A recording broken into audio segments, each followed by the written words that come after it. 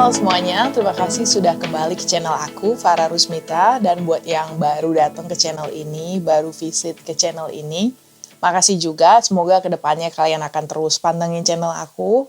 Dan hari ini, apa sih topik kita? Topik kita adalah persiapan keberangkatan Work and Holiday Visa. Nah, buat kalian yang udah dapet Work and Holiday Visa, congratulations, selamat. Karena aku tahu itu feelingnya kayak gimana, excited tapi juga takut bisa survive nggak sih gue di sini, ya kan? Nah, hari ini aku udah ngerangkum persiapan keberangkatan berdasarkan pengalaman aku pas datang ke sini. Kebetulan saat itu aku bisa dibilang sangat kekurangan uang, jadi gimana caranya aku harus bisa survive dan segera dapat pekerjaan. Mungkin ini akan related sama kalian ya. Jadi kali ini kita fokus sama yang belum dapat pekerjaan. Karena mungkin kalau kalian sudah dapat pekerjaan, kalian ada bayangan kalian mau stay di mana, atau misalnya dari employer-nya juga sudah direkomendasikan akan tinggal di mana. Oke, yang pertama adalah tinggal di mana sih kita?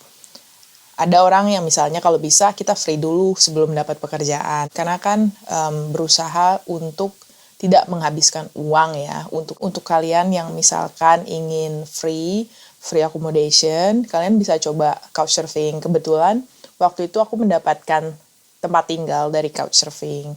Mungkin beberapa orang akan takut karena kayak kita bakalan tinggal sama random people nih. Nah, kalau memang kalian decide untuk tinggal melalui Couchsurfing, yang pertama kalian harus make sure mereka punya review yang oke.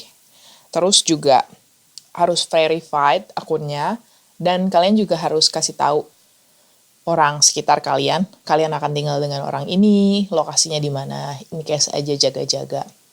Kalau kalian misalnya nggak berani ya, kalian bisa misalnya share di komunitas orang Indo, kayak, oke, sekarang aku punya budget segini, ada nggak yang kira-kira bisa bantu? Biasanya kalian bisa dapat share room dengan harga murah untuk yang baru datang, jadi ini option kedua. Yang ketiga, misalkan kalian punya budget nih, tapi kalian misalnya nggak mau ribet. Atau misalkan kalian itu masih nggak yakin mau tinggal di mana. Nah, kalian bisa booking dari booking.com, let's say. Aku coba lihat sekitar berapa sih harganya. Nah, itu per minggu kalau kalian stay di CBD. Kalian misalnya ngabisin sekitar 4 juta per minggu. Nah, ini untuk kalian yang misalkan ada budget untuk di-spend buat akomodasi. Terus juga untuk kalian yang misalnya mau cari harga murah, again kalian bisa post. Biasanya itu kalau kalian share room dan tinggalnya di pusat kota sekitar 1.500.000 sampai 2 juta ke atas. Kalau misalnya kalian mau lebih private, kalian bisa tinggal di suburb dengan harga yang sama, tapi kalian misalkan satu ruangan hanya 2 orang atau bahkan sendirian. Pilihan terakhir misalnya au pair. Kalau kalian au pair juga kalian kan bisa langsung tinggal di orang itu. Ini yang aku lakukan ketika aku baru datang dan desperate banget. Aku nggak tahu harus kerja apa. Dan permintaan au pair itu demanding banget. Terus kalau kalian misalnya, kak, tapi saya cowok, maksudnya saya au pair sih, it's okay. Nggak ada yang, di sini maksudnya orang semuanya bener-bener, fair. Mau kalian cowok, mau kalian cewek, it's okay. Kalau emang kalian bisa kerja, kalian bisa ngerawat anaknya, what's wrong? Kayak gitu. Yang kedua, let's say, kalian nyampe di airport. Nah, saran aku pertama adalah langsung beli SIM card, karena ini bener-bener penting banget kan buat maps, buat misalnya kalian mau buka akun bank, ini semuanya penting banget. Ada beberapa pilihan, ada Vodafone, Optus, Telstra. Vodafone sama Optus levelnya kurang lebih sama. Kalau kalian tidak akan ke daerah terpencil, sinyalnya masih akan ke cover. Sekitar berapa sih? Itu per bulan 300.000 atau $30. Itu yang pertama. Tapi kalau misalkan kalian akan pergi ke daerah yang akan terpencil, misalnya mau kerja pertanian, peternakan, pilihlah Telstra atau Bus. Bus ini lebih murah daripada Telstra, tapi dia sebenarnya provider yang sama, cuma beda level aja. Kemudian juga langsung beli Opal Card untuk transportasi ya. Kalau misalnya soal top up, mulai dari 20 sampai 50, terserah kalian. Nah, dari airport, kalau sekiranya tempat tinggal kalian atau tujuan kalian dekat dengan station, aku saranin sih naik train karena itu lebih direct dibandingkan dengan naik bus. Karena kan kalian pasti gerek-gerek koper, nggak seru juga kan. Kemudian kalau memang kalian bisa langsung buka rekening bank, langsung kunjungin bank terdekat dari tempat kalian, langsung buka. Di sini gampang kok, kalian hanya bawa paspor misalnya.